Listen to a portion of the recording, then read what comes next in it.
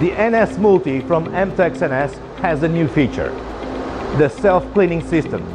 It ionizes and vacuums all those particles generated at each print.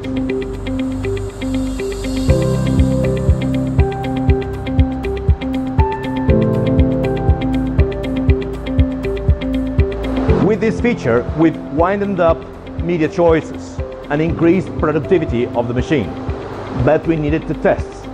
So we invited Embalpaços, a digital printer from the north of Portugal, to come to our premises and have a real-life production.